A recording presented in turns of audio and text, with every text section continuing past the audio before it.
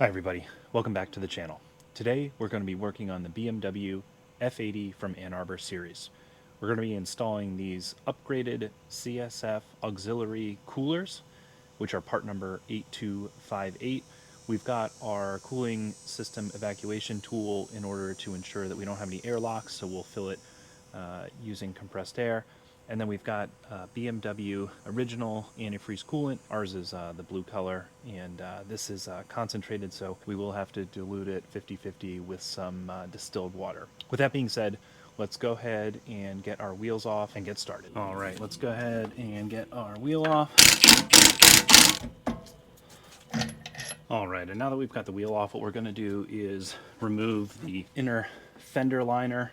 These are held in by a bunch of small 8mm trim bolts. There are about 10 of them. There's 3 across the bottom here, all the way up the top across, and then there's just one over there. So let's just go ahead, get these taken off. All right, and with that, I think we have them all out. We should be able to take our fender liner out. All right.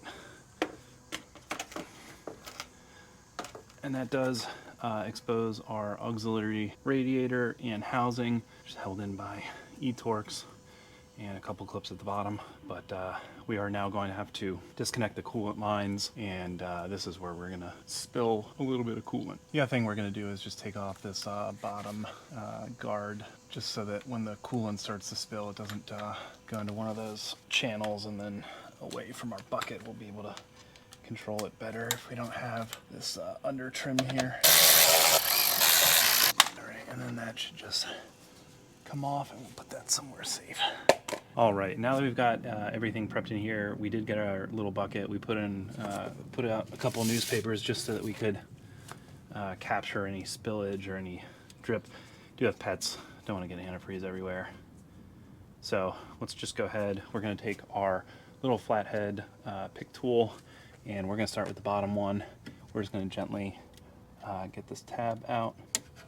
Here we go. Once that's fully out, then we can just gently rock this back and forth.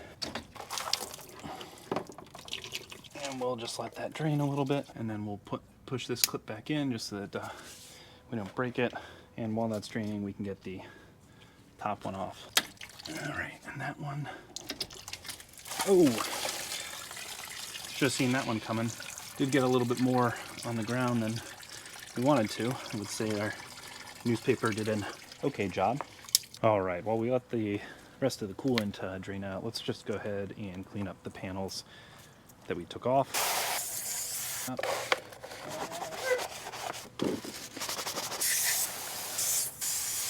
All right, it looks like it's slowed down to drip, so most of our coolant should be out.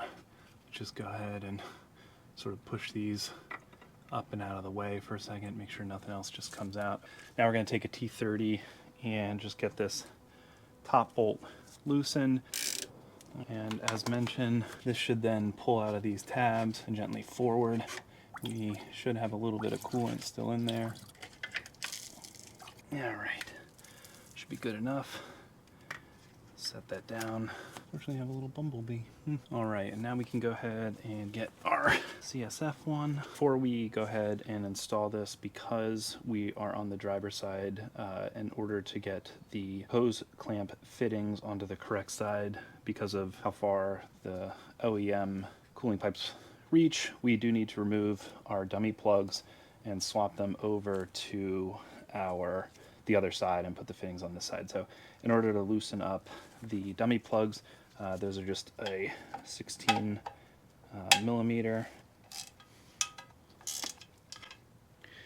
All right, and then these are a 22 millimeter.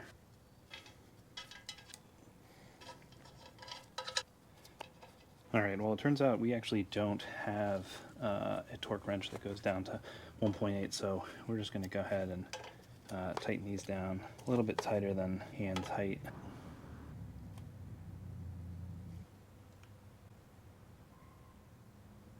I'd say that's pretty good. And we can go ahead and get it installed in the car. Love the nice rock guard here. That'll really protect, rocks, chips, cigarettes, things clogging it up that you pick up on the road. So go ahead and get this in. And we have our unit.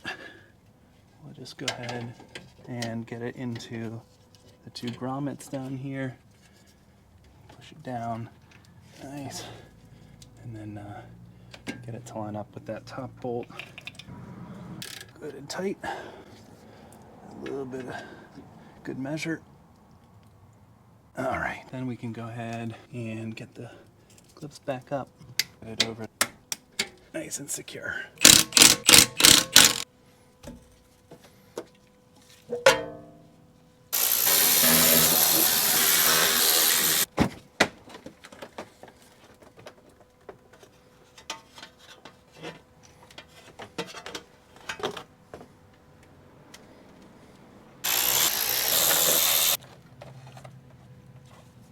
Now that we've got the fender liner removed and the bottom panel, we can go ahead and remove our connectors.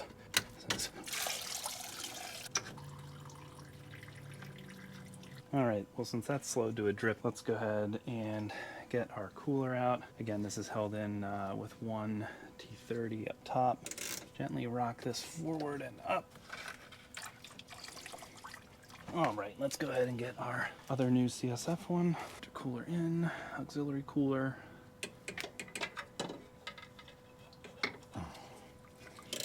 All right, nice and hand tight. Let's go see if we can't find a torque spec for this T30. All right, so per ISTA, the torque on the top T30 is 10 Newton meters. That's the passenger side. Let's do the driver's side. Those are both torqued down to spec. All right, well, we've moved over to the laboratory in order to make our 50-50 mix of BMW blue coolant and distilled water. I think that we're supposed to use about 3 gallons in car, since we basically emptied it all out through the auxiliary radiators. So in this case, we're going to go ahead and make 4. We're just going to go ahead and do 2 gallons of our BMW coolant and 2 gallons of our distilled water.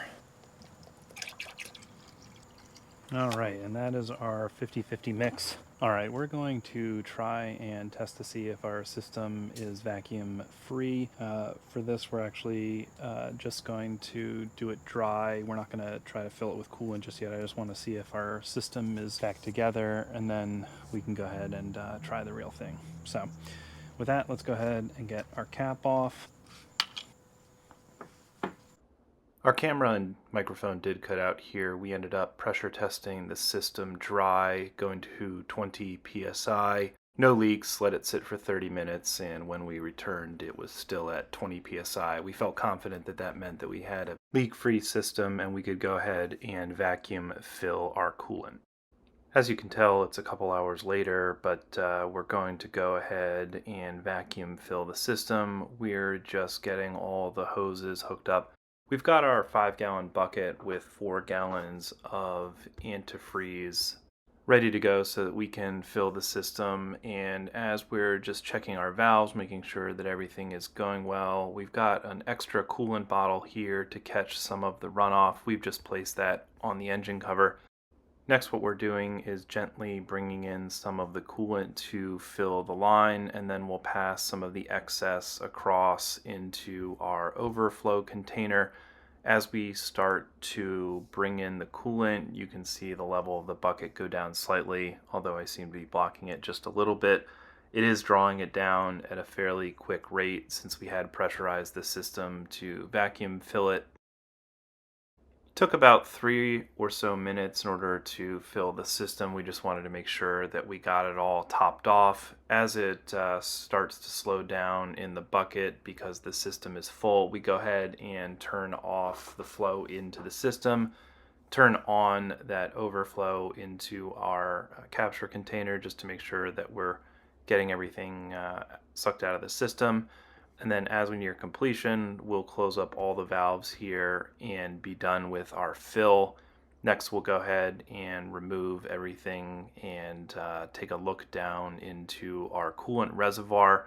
And sure enough, it is topped up to the maximum level, and we're just double checking here, but confident that we filled the system correctly.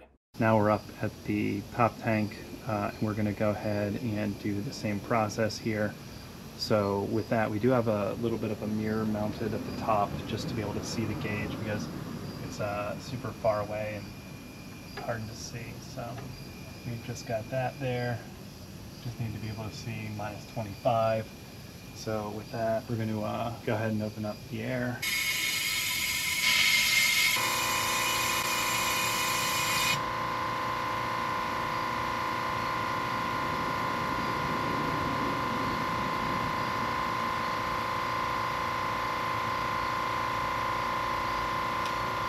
And we'll just go ahead and gently take this off.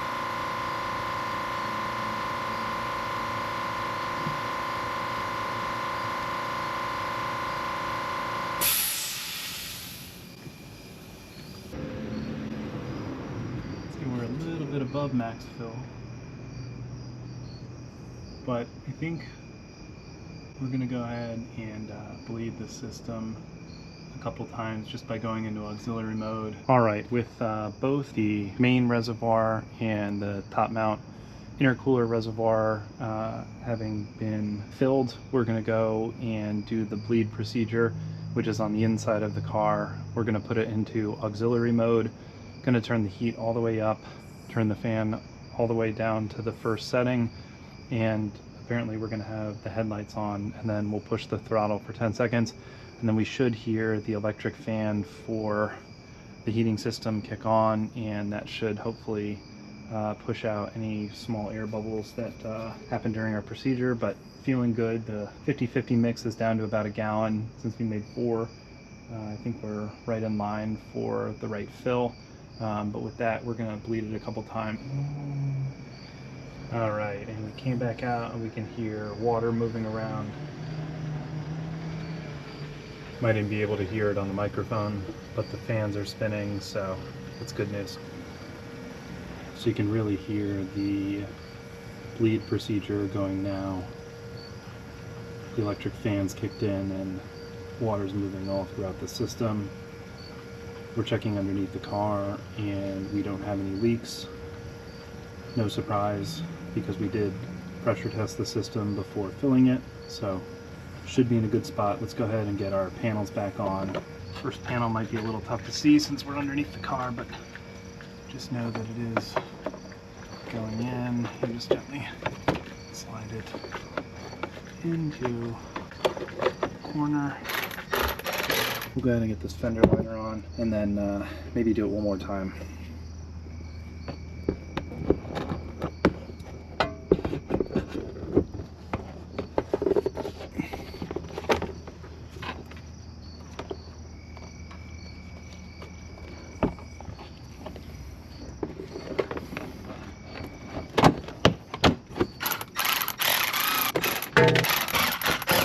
Alright, let's go ahead and do the driver's side.